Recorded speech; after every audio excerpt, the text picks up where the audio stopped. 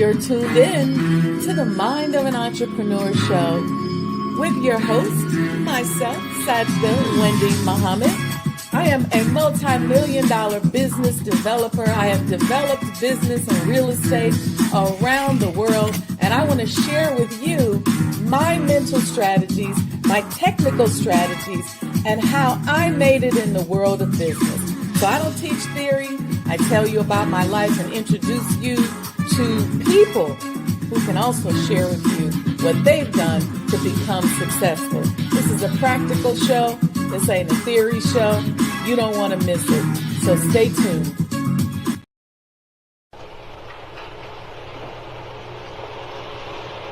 O Allah, guide me among those whom Thou hast guided aright, and preserve me among those whom Thou hast preserved, and befriend me among those whom Thou hast befriended. Bless me in whatsoever Thou dost grant me, and deliver me from the evil of what Thou hast judged. Surely Thou judgest, and none can judge against Thee, and he whom Thou befriendest is not disgraced. Blessed art Thou, O Lord, and exalted be Thee above what they set up besides Thee. I bear witness, nothing deserves to be served besides Thee, and I bear witness that Muhammad is Thy servant and apostle. Amen.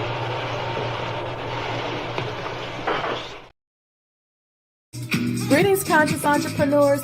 Add the Mind of an Entrepreneur show to your Roku TV lineup and catch up on past episodes of all your favorite MOEToday shows. I can't keep it to myself. My heart will bust with all of this in it. I can't keep it to myself. I must tell it. Yes, sir. Even if God has forbidden me to tell it, I can't help it. By nature, I will be whispering.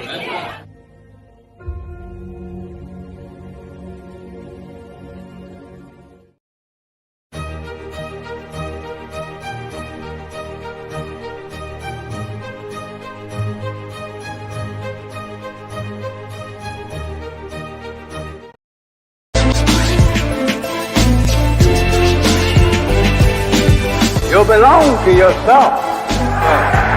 You're an independent people, created from the nation of free people. Yes, sir. You don't need to go nowhere but to yourself. Yes, sir. There will be a great separation. Yes, sir. So I said, it is on now. The college is meant to prepare you for your future. That the time dictates that if we don't do something for ourselves as a people, we will be destroyed. And the aim of the enemy right now is to take us out. We have God with us. We have Him as our guide. Yes, sir. We don't have to stand around here and ask the question, what must be done? Yes, sir. And let's go and do something. Yes, sir. We cannot sit down. We cannot lay down. Yes, sir. We must get up. Yes, sir. And go to work. Do you know what real joy is in life? Visioning something and bringing it into reality. That's real joy. Do you know what the next step in joy is? Behold how good and how pleasant it is for brethren to dwell in unity. Tonight, you need to fasten your seatbelts. We're going to hear from some of the greatest minds in the world.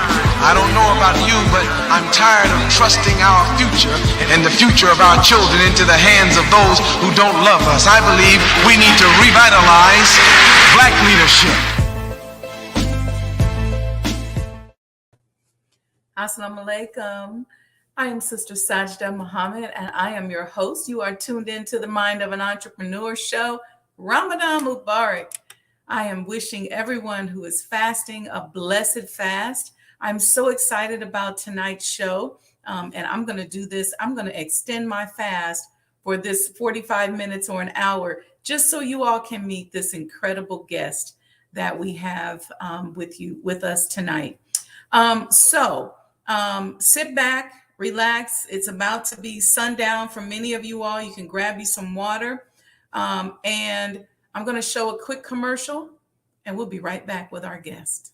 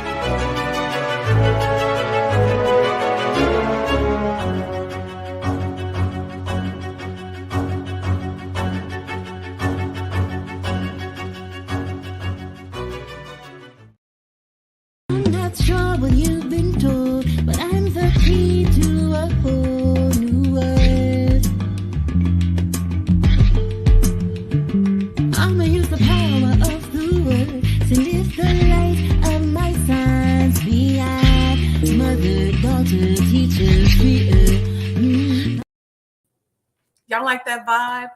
That's our guest tonight, Sister Arian Nicole. Doesn't she have such a cool name? Welcome, welcome, welcome. I see y'all in the chat again. Ramadan Mubarak.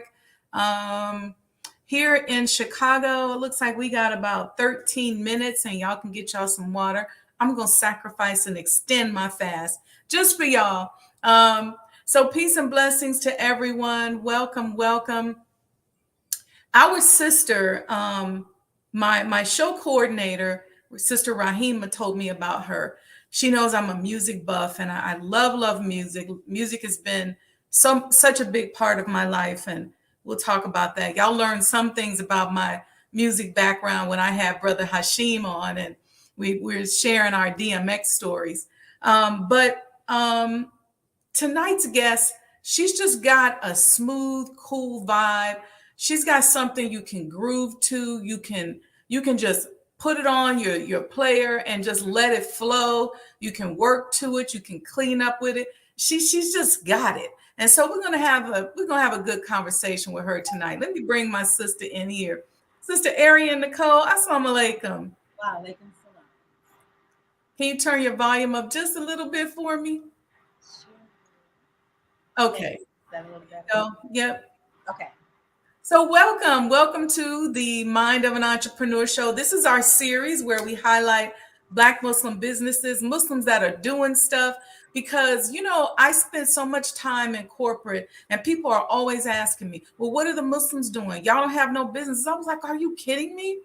And just without a lot of effort, we've already interviewed over 100 Black Muslims in business and counting. So I'm honored to have you today, Sister Arian. I'm honored to be on. I saw that myself. I peeped that. I said 100. I said, sister is working. We work to help people to know us and make this great mission known. That's the goal, right? Yes. So listen, I love your name, and I want to hear more about your background and where'd you come from, where'd you live, and when did you know that music was your love language? Wow. So my background is I was born in Peoria, Illinois. And my love for music, it came from my mother's record player in my mother's living room. Okay. Yeah. So. Okay. What kind of music did Mom listen to? Wow. Earth, Wind and Fire, Stevie Wonder. Yeah. Patrice Rushen. Yes. Now, when I heard her, as a little girl, and I found out, back then we were able to pull out the centerfold of the albums and whatnot. And she had the braids, right? She had the braids and the beads. I remember that. But that's sending you, forgive me. I was like, yeah, this was rocking, okay? I remember that. Yeah, so that was very inspiring. And then I found out she played instruments. I thought that was dope because I didn't conceptualize that as a child. I always seen the brothers, playing the instruments. And so when I read the credits and saw that she produced this and she laid that down, that was so inspiring to me. So that was the era when I really fell in love with music. Mm-hmm. And then how did you get into it? Did you take lessons? How did you decide or just start to produce and compose? So because of Patrice Rushen, I took a music course in elementary. I was going through different instruments to see what fit me. I tried the violin, I tried the French horn, other baritone, stuff like that. And then eventually, what was it? High school, I picked up the saxophone. Okay. Because I love jazz, like Najee. Yes. Najee. And so, yeah, I picked that up, and that's where my love for learning music originated. And when did you know you could sing? So this is funny. So TLC was popping at that time. And I went outside with my friends on the porch, and we were, one of my friends had the bright idea. They said, hey, let's sing the song together. Which one was it? Gosh, I don't know. I don't remember. Okay, what's your favorite TLC song? My favorite TLC song?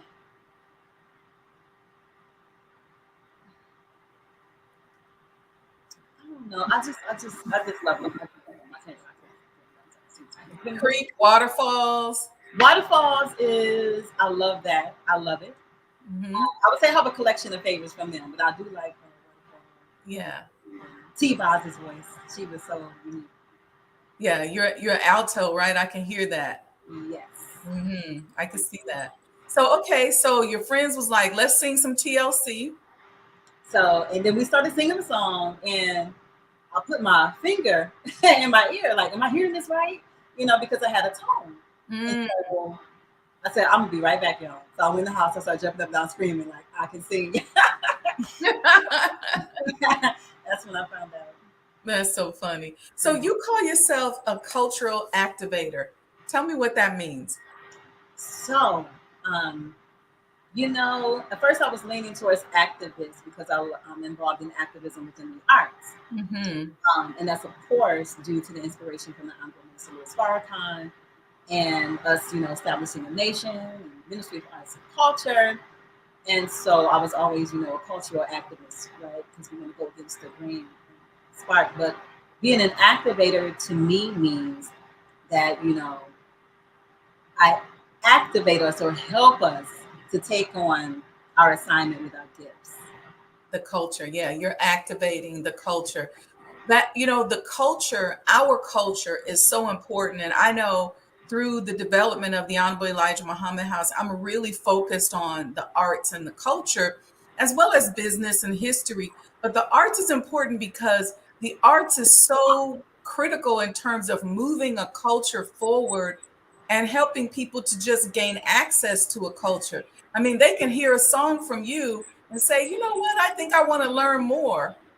They can do business with me and say, I like them. I think I want to learn more. So there's so many different tools that we can use to share with people what has blessed our lives. Absolutely. And that's really always been my aim. Mm-hmm. Always put in the message in the music. Yeah. And I performed at a lot of different spaces and arenas, and it's always the same. So I have one side that's Ashe, what we heard, and then there's another where it's hip hop, straight hip hop culture. So. Okay, so tell me, besides Patrice Rushen, TLC, what are some of your other influences? Rakim, the God MC, and so the GOAT. Right? And so when I heard his delivery, it was really captivating. It was just, I just loved it. I played it out. Guru, Jazz Mataz, that's why, blending the jazz with the hip hop. Ninth Wonder, he's a producer. Jay Dilla. Yes. Just, the soulful type. Yes. No, I get it. I totally get it. I spent, fun fact about me, I spent a number of years in the music industry, doing business management and I did like royalty audits and those kind of things, ticket audits, expense audits, and because my background is in finance and accounting. But way before that, music had been my love. So growing up, I sang, I played the flute, played the organ. So I love music. And when I got into the industry, sis, it hurt me to my heart because I've always been the kind of person where I can figure stuff out, right? I can go into a meeting or a situation and go, okay, I got it. I see the pattern. I see what they're doing. And now I can devise a strategy and figure out how to win. And so when I started getting deeper into the music industry and learning more, I thought everybody wanted to know the secret. Uh-oh, looks like you got a little feedback. You got somebody with your phone? Yeah, something's okay. So anyway, I thought that everybody wanted to know how to navigate this industry. You may have to put it on mute until we figure that out. Sounds like there's a phone there, you know. Okay. Okay.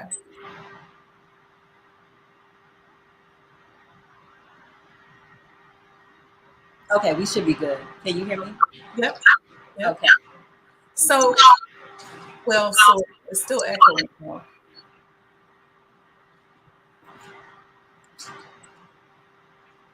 You have the sound coming out of another device. It wasn't doing it earlier before we got on and we checked it. I don't know what just happened. Let's try now. Is that Okay. Sounds like it's better. okay? So anyway, so as I'm navigating and figuring out the entertainment and the music industry, I'm assuming that everybody wants to know, how do we get over? How do we get ahead? How do we navigate some of the issues that happen in entertainment of people getting their art stolen and not making any money? So I thought everybody wanted to know that. But what I learned was that so many people in the industry are married to the delusion. And they really want the delusion. They've been dreaming about it so bad, they don't want to hear anybody telling them the truth. Like, look, this is how you got to do it. Let me show you how to do for self. You know, let's figure this out. And I remember being so disappointed because it was like maybe 1 out of 20 people really wanted to know how to navigate the industry and how to express themselves with their music. And I say that to you to ask you a question. What are you thinking in terms of how you want to get your music out there, how you plan to share it? What are your thoughts around this crazy entertainment industry? Well, for one, I know that we need a new model. That's one. Amen. And it's going to take us. I felt like I was always kept out of being swallowed up by it.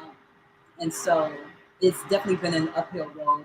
I've been doing, trying to get different producers, right?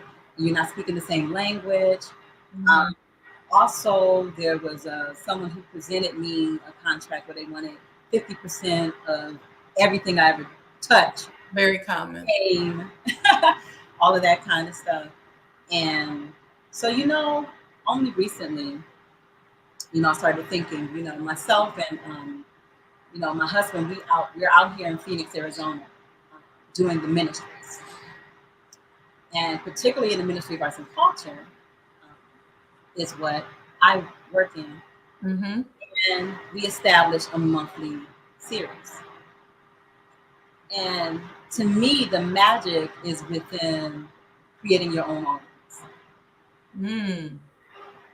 Creating, your own audience. Yeah. And continuously honing your craft. You all are falling in love, with each other. But I also bring other artists, of course, on board because one of my passions is also to help other artists. Mm-hmm. What you mentioned about not wanting to necessarily know the nitty-gritty about the business, right? I understand that, and then but it's They don't want to know. People have that Motown model or that whatever model they have in their head, and they think it's going to happen like that. They want it like that, and they don't want to hear anything else. I mean, you could be sitting right there, and I've had this happen to me, advising somebody like, look, don't sign this deal, and they will sign it anyway. Not so much because they may not think you know what you're talking about, but because they're so caught up in the fantasy. They're married to the fantasy.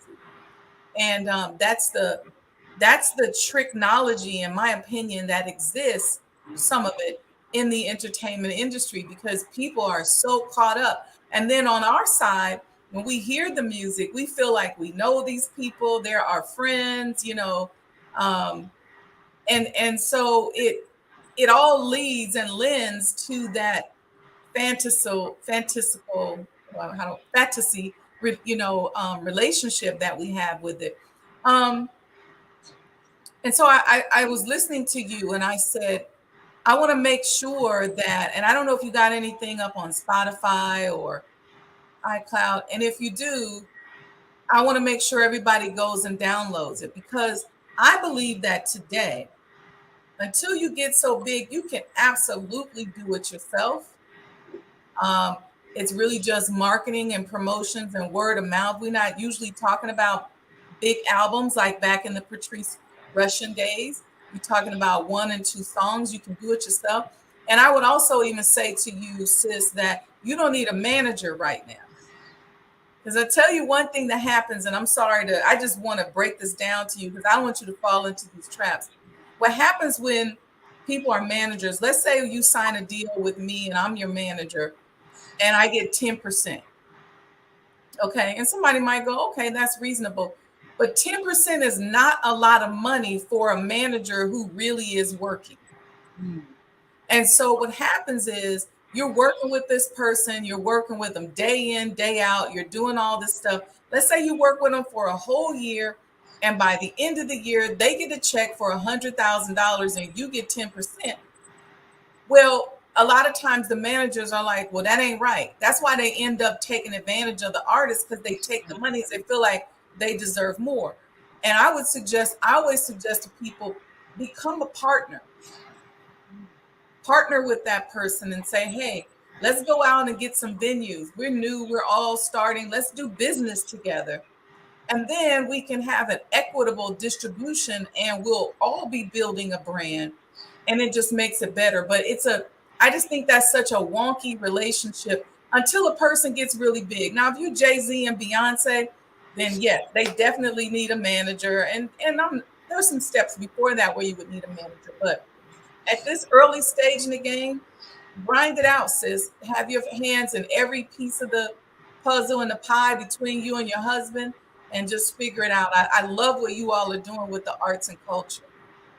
Thank you. And that's a brilliant idea. It makes so much sense. Yeah. You said in your song, mother, daughter, what'd you say? Teacher, freer. Talk about that. Yeah. Tell us that line. You can sing it a little bit and then tell us what that means. Okay. Yeah, so the line is mother, daughter, teacher, freer. And so basically I'm talking about, of course, the woman and all of us together, right? Who we are in our totality. Our role is as teacher. And through that, we can end up freeing the world. And so I just wanted to condense that, Yeah. Nice little melody, to also teach. Is that how you approach your music, as a mother, a freer, a teacher? Absolutely. That's just what it's all about. You have the power, right? You can get in front of a microphone. People are listening, and the ear is the gateway to the heart. Put the message in. So do you write and produce, or just perform? I write, produce, perform. I right now constructing a studio to record in. I've been blessed to be around a lot of people within the industry to learn from. So I'm coming out of a situation where I was in a year-long classroom, if you will, with different producers, Grammy Award winning, like the best in some of the excellent, in our crafts, and learning, how to do things like what equipment to get and all of that. Because early on, I ran into an issue with production. And I would go in the studio wanting one thing, and they say, no, this is what's hotter. And I would be frustrated. Yes. And so I said, sometimes you have to learn. Yeah, you have someone trying to direct your art and your creative, as opposed to maybe suggesting to you, would you like to try this? They're saying, no, no, no, no. This is how you're going to do it. Just scrap my song, and I come back and pick it up, and it's something else. So you started what? Working? You start production. What role do you play in production? For myself personally, I take the idea from conception to my audio workstation, find the different melodies and the type of drums that I want to form what it is that I have in my mind, so it could be as close as possible. Yes. And sometimes I just play, right? Like, you play like, oh wow, that sounds dope. Now let me, write something to that. If it's self-soothing to me, then I figure it would be soothing to others. Yes. So that's the best test, right? Is how it resonates within your body. Yes. So that particular song, sis, that was something, there's a great brother here who was male, I'll be pleased with him. He was here in the start or the restart of the rebuilding of the Nation of Islam. Okay. With Brother Jabril and the minister. And he was a part of one of the first study groups, because they formed study groups. Okay. And he was a bass player. And so we would always have these conversations on music and high level creation, music and color. And he would try to play what was not there. So his style of bass was very spiritual. And so our brother passed, a few months ago, not too long ago. And so the song is definitely tribute to our brother. And in the video, if you notice, there's a keyboard player and a drummer, but there's no bass. And that space is reserved. That's beautiful, sis. You just said something that struck me. You said he plays what's not there. So what I hear is filling up that empty space with a melody or a sound that only you can hear. That's beautiful. That means you're really making something spiritual, because you're pulling from deep inside of yourself, because you're feeling that empty space. You're feeling the silence. It's kind of like a musical meditation, right? Yes. I posted something today on the Sajdah House Instagram where Mother Tanetta was talking about the importance of meditation. And I've been meditating since high school. But the beautiful thing about meditation is that once you get the mind quieted, that space gets filled with energy and communication, and when you start allowing. And so when I heard you say that with the music, I said, oh, that's like a musical meditation. So you got this empty space and you allow whatever wants to drop in there to drop in there. You're not fighting anything from dropping in. You're just hearing. Yes. I'm glad you mentioned that too, because silence is a great part of music as well. Sometimes it's about pauses, but that's in the composition. So let me ask you this. When you're creating your music, do you just hear it in the silence, or what kind of sounds inspire you?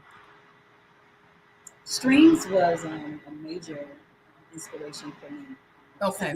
Sounding strings. You may go to a movie theater, and a lot of people find inspiration like after movies. For me, like the credits are rolling, and maybe there was a victory that took place, like a movie like Avengers or something. And we in the nation, so we just cut like that, right? And then you get inspired, and you're like, I hear something, a melody, saying, okay, either I have to pull out my phone and hum that so I can retain it, then go home and recreate it. So, Got it. yeah, different emotional experiences. Sometimes out of nowhere. So, Sometimes you just get it. You just get in the zone and you feel it. yes. How has Ramadan enhanced your creative abilities, and how has it affected your experience as you're creating? Well, Ramadan is offering me time for that reflection and silence. Right? And so I'm really in a contemplative mode, feeding myself spiritually, and automatically new expression comes out of that. Mm-hmm. So I'm excited when I finally get to that booth or that recording space, to just let it out. But also, just the season period, just more spiritual songs, like I would record. I'm loving gospel right now. Yeah, I've been having this thing lately with gospel that I grew up Catholic, so I don't really know a lot of gospel songs. So a lot of gospel songs are new to me. And I've been in the nation since I was 21 years old. So I'm like, okay, I don't know a lot, but now when I think it's from studying and learning, when I hear gospel music, I hear it now in a whole different way. So when I hear the songs about Jesus and I hear the songs about Moses, and it's like I get it on another level now, and I really find myself enjoying it even more than I ever have. I used to never listen to it, but now I'm like, oh, I like that. And I never grew up in the church. We just didn't. My grandmother, we didn't go to church. My mother, we just never had any affiliation, church affiliation. But I know what it is to call out to God, right, in prayer. Yes. So that's what. So you didn't grow up in the church, not necessarily a religious background. And how did you find the nation? So back to my mother's living room, I'll say. So I was about 8 at the time, and there was a brother who was going door to door in our apartment complex from Chicago, because we was about 2-3 hours away. Mm-hmm. And so he hit our apartment. He had his incense and whatever else he was selling, and he was speaking to my mother about the nation. He was speaking about Minister Farrakhan. But check this out. What year was this? This was 91 or 92. Got it. Okay. And so I'm young. I remember him, coming to the door and whatnot. Mm-hmm. But he was telling my mother bad things about him. He told her that he's building something and to come follow him. This was the nature. But what he did was introduce my mother to me. Let's just stop for a minute, because look at Allah. You planning, you scheming and plotting, but he's the best of planners, because here he fishes in this beautiful sister when this person is trying to speak ill of the minister. That's what he did. And so my mother, after that, I just remember us going on a different course or different changes. Like, for instance, she called me and my friends in to watch a video. So we all started playing. And I'm like, y'all come here and watch this video. Yeah. Okay. And so, we were complaining and whatnot, and then we sat down. But here's the thing, since at the time, maybe a couple of years earlier, I remember trying to visualize what God looked like.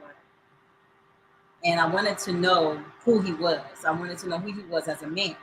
We didn't grow up with any visual, right? Because we didn't go to a church or anything like that. So I just wanted to know what God looked like. And I wanted to know the man who had answers, because, you could just feel the heartbreak, and you could feel. So you had a concept of God, even though that wasn't prevalent in your house, and that concept drew about curiosity. Yes, I knew there had to be someone with answers. Got it.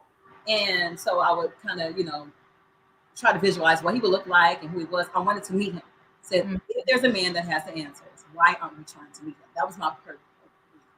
Confounded. So here, fast forward, my mother puts in Shock of the Hour. Uh-huh.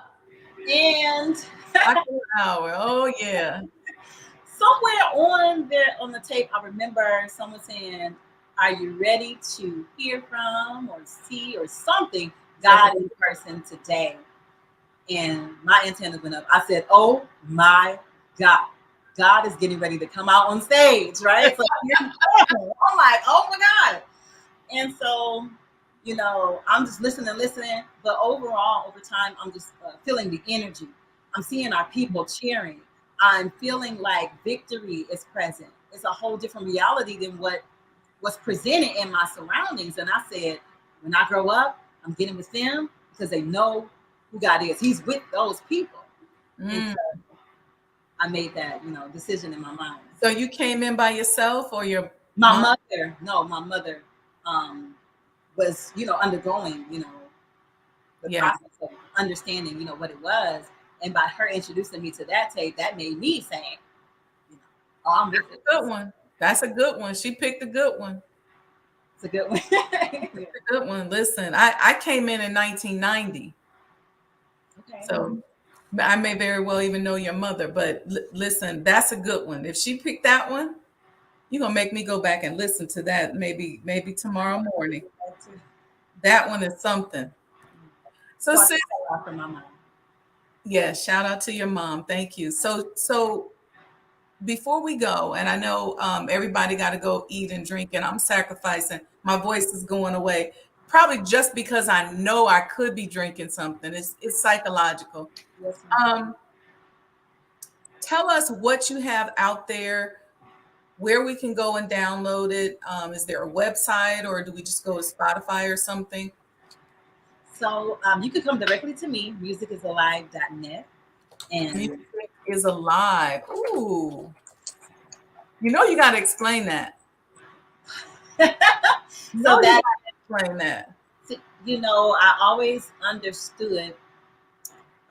Thank you so much. I always, understood that, music was a powerful tool to enliven our community. Mm-hmm. And that we can also use it as a weapon of destruction. Mm. And so I feel that one of my courses outside of, producing music and making it is, having artists, congregate around the study of music so that we can use it to give life to our community. So if I tell you that music is a living thing, don't kill with it, give life with it, because it is alive, because the very frequency is vibration of air. Mm-hmm. So we breathe in, we breathe out, and then the words, we just undergird them with frequency, and then we disperse it out into the community. So it is indeed a living force. And so that's what it means. That's beautiful. Music is alive. I love that. So they can go to musicisalive.net. Yes, they can go to musicisalive.net. You can find me, Arian Nicole, on Instagram, Twitter, not that active on there, but Instagram, Twitter. I do have a few records on Spotify, but everything is Arian Nicole. And so, Okay. And then, but musicisalive.net, we'll see it there. And what about your classes? Do you have any online classes or anything that people can go out there and sign up for and take? Because I bet you got people, we haven't been paying attention to the chat, but I bet you got people here saying, oh, I want to take that class. Music is alive. So I just ventured out and stepped with my first seminar, if you will. It was called Exodus from the Industry. We talk a little bit about the industry today. And that is where we just, have a conversation, with artists about the time and what must be done. And so the other types of courses, like how I go about the process of music production, how I go about collaborating and all of that, that's forthcoming. So if you sign up on the newsletter on musicisalive.net, then I will send you that information. So. Okay. So last question, sis. Mother always taught us, Mother Tanette always taught us that music is healing, it's light, it's everything. And how do you convey that to new artists? How do you convey your concept that music is alive to a brand new person who's just jamming. They just singing and playing. They like getting up there just belting. And then you come talking about music is alive. And they're like, what? How do you convey that to them? Well, I generally just talk about science, right? Or not, the process. There it is. Keep going. You talk about how music influences. You go right into hip hop and you say, hey, a popular record is catchy, and everybody starts repeating.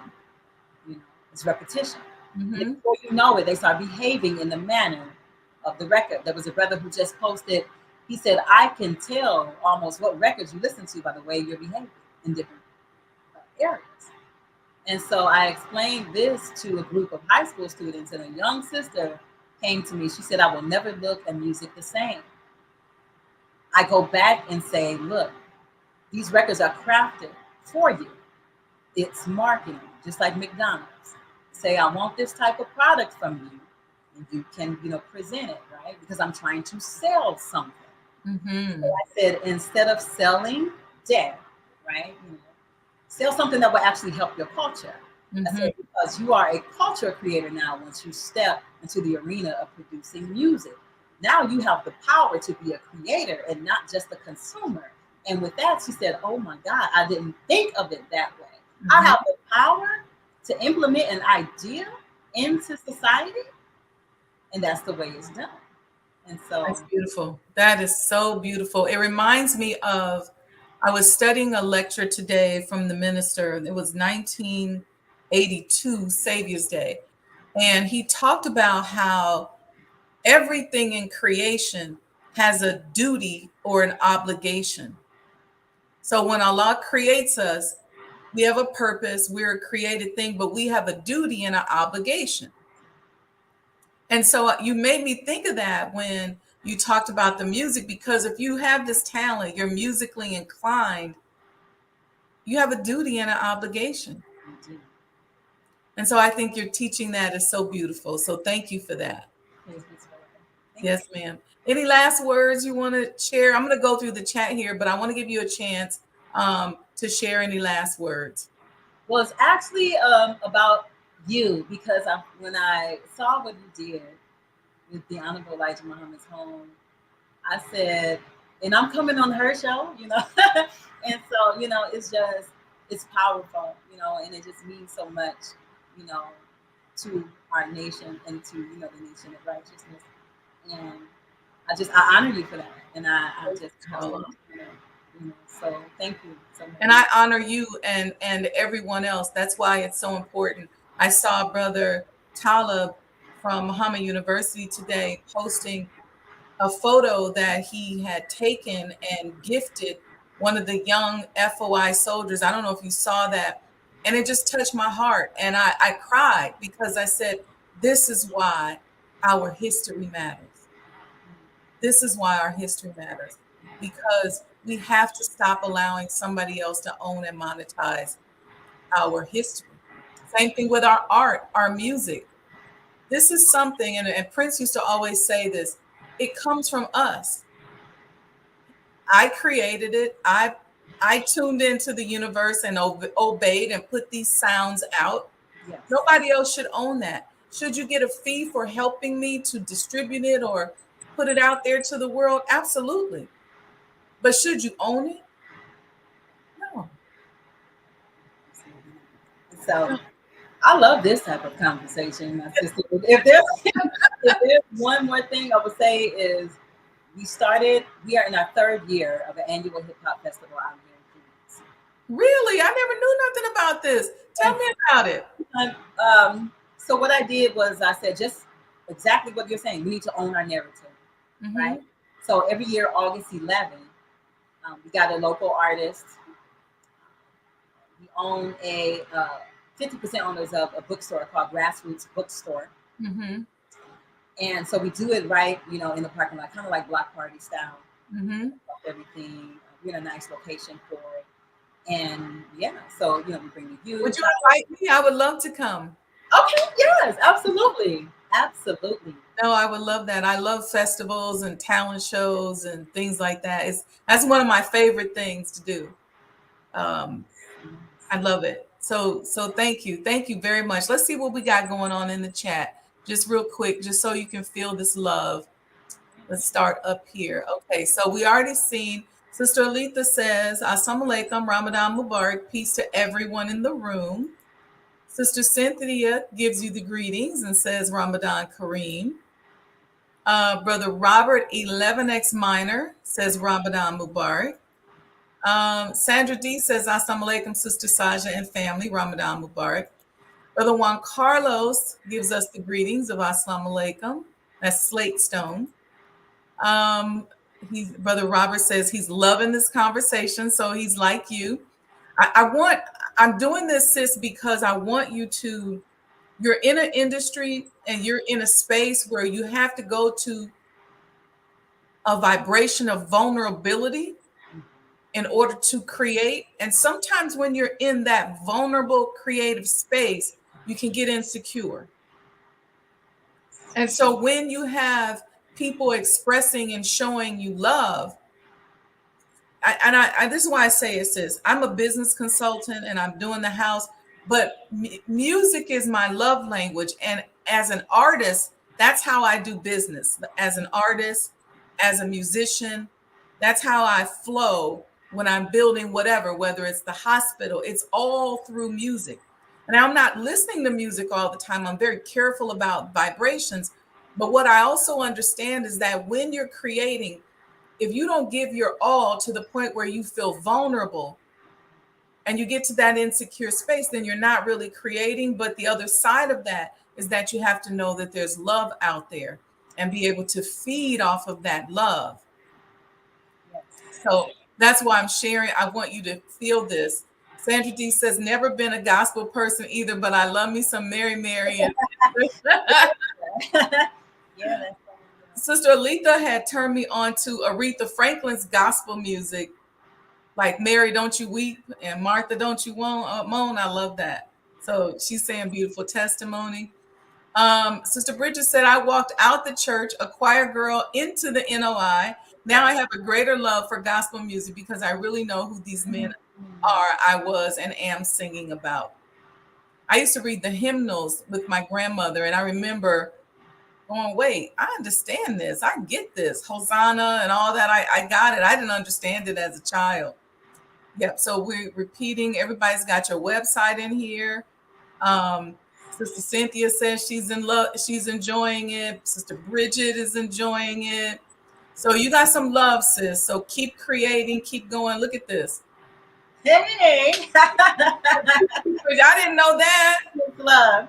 I did not know that. Now that's bold. Now I ain't messing with you with the Sister Alicia sends you the greetings. Khadijah Bilal. So everybody make sure you go and like and subscribe to the show. Sister Arian, you can get this link. I'll send it to you. You can chop it up and use it to help promote and do whatever it is that you're doing. And if there's any way that I can assist, I will do my best to do that. I love what you're doing. I'm grateful for you. And I pray that Allah blesses you with more success than you've ever received or imagined. Thank you. I appreciate it. It's time to go hard now. That's right. and let's talk about that real quick before you go. I can't let you go out on the wrong vibration. Going hard, what does that mean? We're just going to open up more. Open up more, release more records. You got it. That's right, sis. Thank you, ma'am. It's been a pleasure. Assalamu alaikum and Ramadan Mubarak. Ramadan Kareem. Thank you, everyone. Thank you all for tuning in tonight. That was a wonderful conversation. I can't wait to check out their hip hop festival, inshallah, this summer. If I can, if I have the time on my schedule. So thank you all. Thank you. Make sure you go out there, get your commemorative Elijah coins. The greater coins are what we're using, and this is going to be your membership. And if you were around us at Savior's Day, you know that membership has its privileges. Okay, really has its privileges because We had to turn people away. Very blessed. And those were just micro tours, just kind of like a proof of concept, but we were very blessed. So before we go, I'm going to play that other little small snippet of Sister Arian's song, and I hope that you all go to her website, musicisalive.net, download her music, participate in her classes, and just move into that space of creativity and love and listening. So anyway, peace and blessings. I'm not sure what you've been